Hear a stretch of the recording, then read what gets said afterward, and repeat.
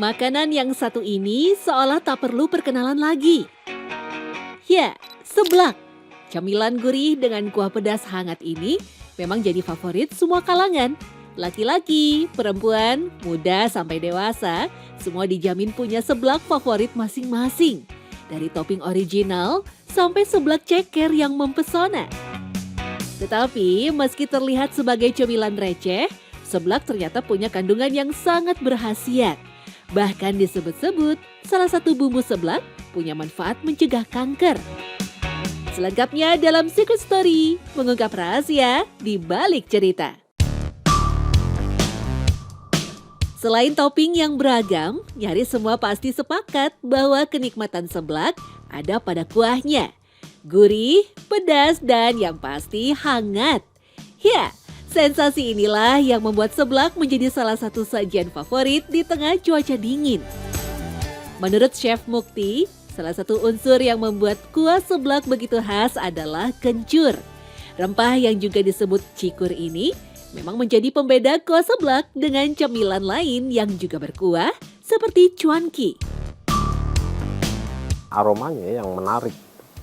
Kemudian ada sensasi buat saya pedas ya, tapi dia pedasnya tidak terlalu kuat seperti jahe. Jadi mungkin ini disukai beberapa orang yang memang menyukai rasa pedas dari rempah, tapi tidak ingin terlalu kuat ya dari pedasnya rempah seperti jahe. Ya, kencur ternyata menjadi kuncian kuah seblak sehingga punya rasa yang sangat khas. Dilihat dari banyak jurnal penelitian, kencur memang banyak digunakan dalam olahan makanan. Tetapi jika merujuk lebih dalam, kencur ternyata lebih banyak dikonsumsi sebagai tanaman obat. Jamu beras kencur bahkan sudah tertulis dalam prasasti Madawapura yang merupakan peninggalan kerajaan Majapahit di abad ke-13. Prasasti itu bahkan menyebutkan kata acaraki atau seseorang dengan keahlian khusus meracik jamu untuk para raja. Ketika masa kerajaan Majapahit berakhir, Raden Patah, salah satu pendiri kerajaan Islam pertama di Jawa, memperkenalkan jamu beras kencur sebagai minuman sakral bagi keraton. Ada juga naskah Jampi Jawi, itu ada beberapa jilid yang itu menjelaskan salah satunya adalah fungsi kencur ya, untuk bahan obat-obatan di masyarakat. Yang salah satunya lagi adalah untuk mengharumkan bau badan. Nah, kencur itu. Jadi kalau orang itu bau badannya itu minum kencur. Jadi itulah yang diyakini dan dipercaya oleh masyarakat Nusantara terkait dengan khasiat kencur itu. Nah, soal data-data saintifiknya, nah ini tinggal diuji aja di laborat. Kan pertanyaannya kenapa sih dulu orang-orang kuno dulu kok menggunakan kencur ini untuk bobok, untuk jamu, untuk obat, dan penggunaannya untuk ini. Apa kandungan yang ada di situ? Nah itu tugas para ahli farmasi dan ahli-ahli gizi untuk mendeteksi ini zat-zat apa yang ada di kencur itu. Bahkan para ibu di zaman dulu biasa mengoleskan kencur ke seluruh tubuh untuk mengencangkan kulit yang kendor setelah persalinan. Tak heran salah satu ramuan di beberapa spa modern menggunakan kencur sebagai bahan lulurnya. Uniknya, salah satu istilah yang sering kita dengar, anak bau kencur, terlahir dari tradisi memanfaatkan kencur sebagai salah satu media pengobatan anak kecil. Jauh sebelum obat kimia hadir di Nusantara, di masa lampau kencur menjadi salah satu obat yang ampuh bagi anak kecil yang terkena demam. Keberadaan kencur yang identik sebagai obat panas anak kecil membuat sebutan bau kencur melekat pada mereka yang dianggap belum dewasa.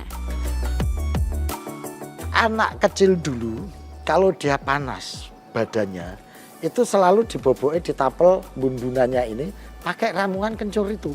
Salah satunya yang mengandung kencur untuk menurunkan panasnya.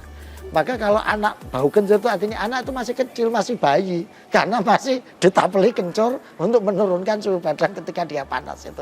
Makanya akhirnya itu jadi sebutan anak masih bau kencur. Artinya masih bau bobokan kencur itu. Artinya dia masih bayi, masih anak-anak banget. Zastrow bahkan menyebut Kencur dan rempah lain tak hanya berfungsi sebagai makanan dan pengobatan, tapi juga status sosial.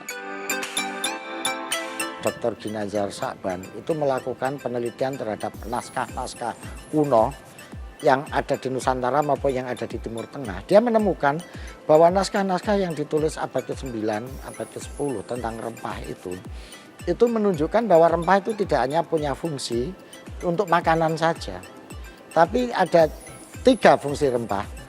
Selain makanan, yang kedua adalah untuk obat-obatan. Gitu. Yang ketiga adalah untuk status sosial. Jadi di zaman dulu di Eropa, itu orang bisa makan rempah itu yang sudah status sosialnya tinggi.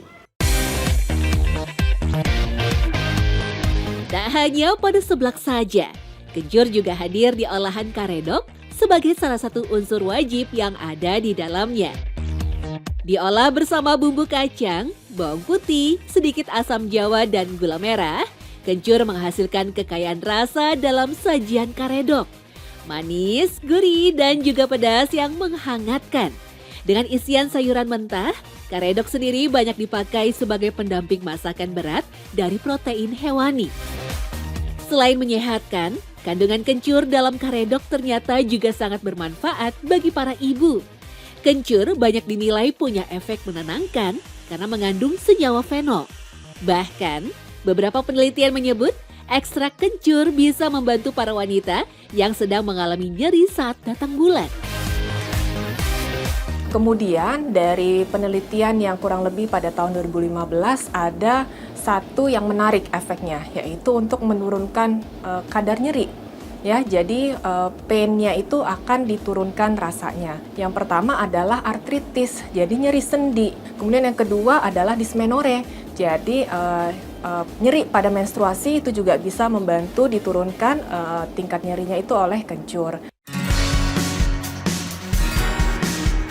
Dilihat dari secara silsilah ilmiah, kencur memang masih satu keluarga dengan jahe dan kunyit.